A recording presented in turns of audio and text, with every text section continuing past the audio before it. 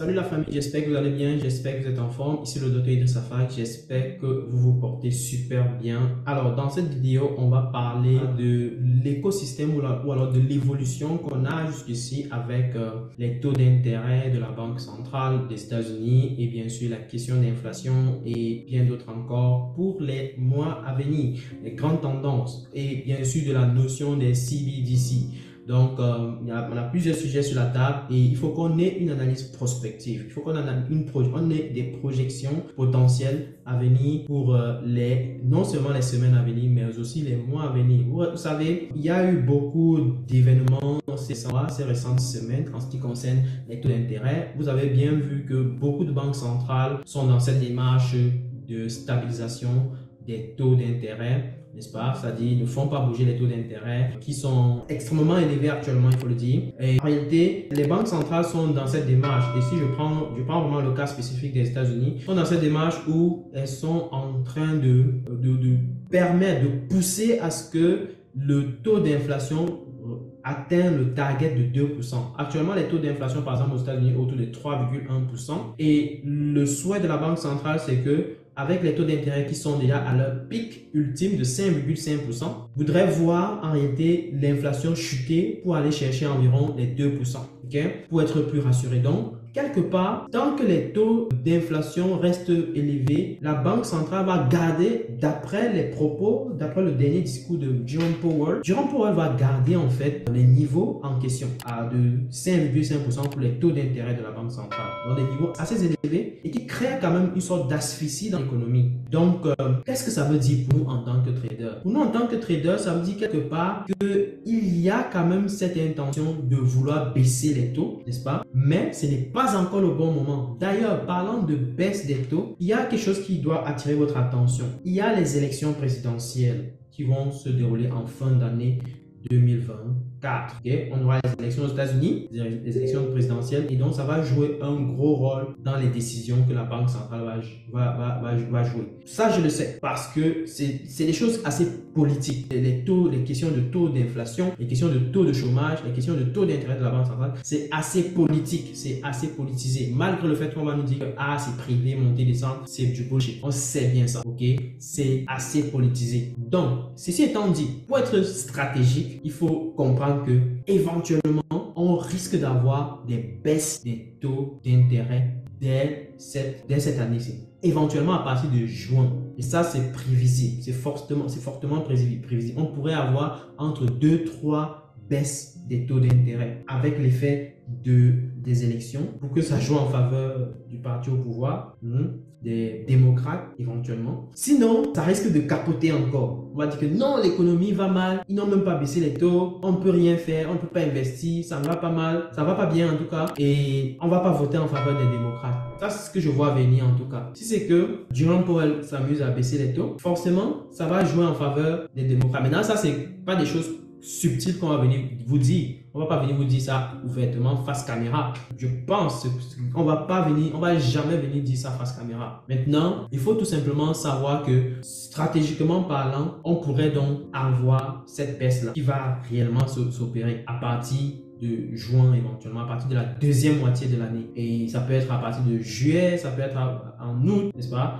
Parce qu'en général, les élections, je crois que ça se tourne autour de novembre, quelque chose comme ça. Donc, il faut être prêt à toute éventualité en cette période-là parce que ça risque de créer beaucoup de balbutiements sur les marchés. Je dis bien beaucoup d'effervescence sur les marchés. Donc, il faut s'attendre à 2 baisses potentielles, 2, 3, peut-être maximum même 3 pour cette année-ci. Mais jusqu'à juin, on ne va pas avoir des choses assez claires. On ne va pas avoir des discours assez clairs. D'ailleurs, lui-même, il n'a pas été assez clair dans son discours récent concernant la date à laquelle on pourrait commencer à baisser les taux. Il n'a pas été assez clair sur la date à laquelle les taux d'inflation peuvent baisser. D'ailleurs, il ne peut pas savoir si jamais c'est vraiment des sorties de données. Il ne peut pas savoir, c'est normal. Maintenant, nous, en tant que trader, on doit être plus stratégique en prenant en compte tout ce qu'il dit sur des pincettes, et comprendre que, le fait qu'il y a pause sur les taux d'intérêt, il y a pause sur l'augmentation des taux d'intérêt, ça traduit le fait qu'on veut voir l'impact, n'est-ce pas, de ces taux-là réagir sur l'inflation. de 1. Donc, l'observation de la Banque centrale actuellement, c'est de voir que les taux d'inflation, soient en train de baisser graduellement. Ce qu'on va essayer de voir d'ici le mois prochain encore. S'il y a davantage de baisse, ça va encourager l'investissement sur les indices. On va voir les indices exploser davantage. D'ailleurs, vous avez vu les indices exploser ces récents jours. Avec US 30, par exemple, le Dow Jones, on risque d'atteindre les 40 000 $ sous peu. On a atteint les 39 900 déjà. Avec le Nasdaq, on est à 18 800, quelque chose comme ça, ou on est aux 500 ou 400. Ça veut dire qu'on se rapproche des 20 000, on se rapproche des 19 000, 20 000. Donc ça ne va pas tarder. Je pense qu'il y a encore du mouvement qui va arriver, du gros mouvement. Et jusqu'en juin, à partir de juin, il va falloir faire attention, n'est-ce pas, aux différents balbutiements qui vont arriver avec les incertitudes liées aux élections, les incertitudes liées au fait qu'on aura éventuellement déjà atteint notre palier, n'est-ce pas, avec les taux d'inflation, ok? Et là, du coup, ça va nous permettre de pouvoir s'ajuster avec les nouvelles tendances qui vont se produire à partir de la deuxième moitié de la semaine, du mois, de l'année, pardon. Donc, du coup, pour moi, jusqu'ici, s'il faut parler de tendance sur les indices, moi je reste purement haussier, ok? Et je reste purement haussier au moins jusqu'à juin. Et on va voir comment est-ce que les choses vont se comporter à partir de juin pour voir s'il y a des nécessités de changer de tendance, de tweaker, n'est-ce pas, de turning, n'est-ce pas, la tendance afin de pouvoir bien sûr s'adapter. S'il y a question d'adaptation, moi je vois venir probablement des reversals, ok?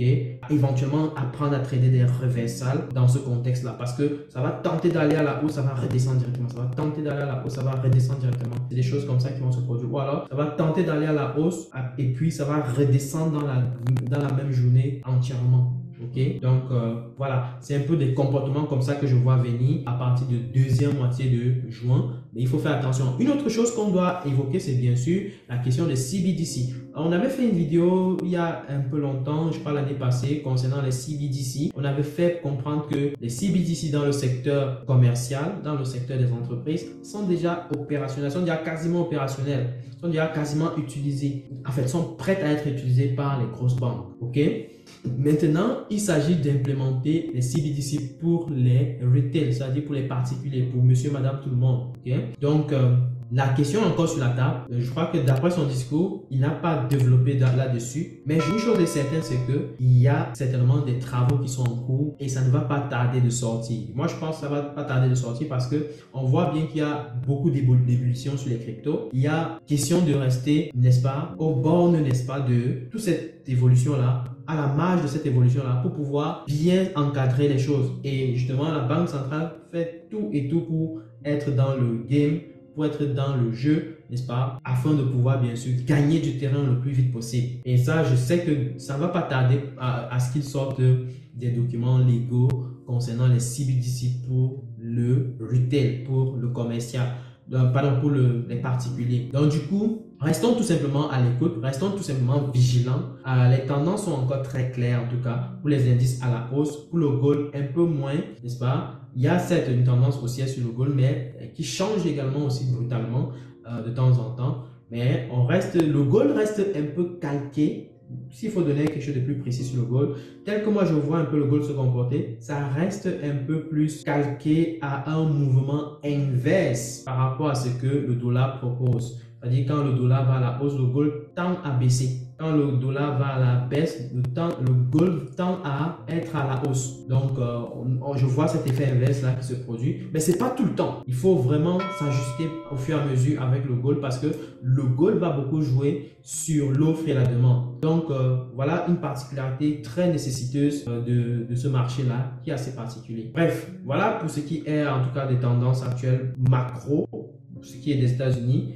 On va peut-être faire des mises à jour par rapport à tout ça au fur et à mesure. Ça permettra à chacun d'entre vous de pouvoir, bien sûr, savoir comment se tenir et savoir, bien sûr, prendre avantage de toutes ces informations macro de manière stratégique. Ceci étant dit, si tu as aimé la vidéo, partage au maximum. Mais par ailleurs, sache que si tu es intéressé par les programmes de formation AfroForex, sache que le programme de formation Trading Pro est en cours, les inscriptions sont en cours. Donc, il y a des promotions qui sont en cours également, que tu peux profiter au maximum. Le nombre de places est limité et bien sûr, ça ne va pas tarder de commencer. On va commencer très bientôt et bien sûr, la promotion se termine aussi très bientôt. Donc, prends le soin de nous contacter avec le premier numéro qui se trouve en commentaire, dans le premier commentaire, et tu pourras donc avoir plus de détails. C'est un programme ultime que je recommande au plus grand nombre de personnes parce que c'est vers là que les choses sont en train de converger avec le trading actuellement. La dynamique du trading, la dynamique de toute l'industrie est en train de converger vers une autre facette et il faut s'adapter. Donc, si tu es réellement intéressé,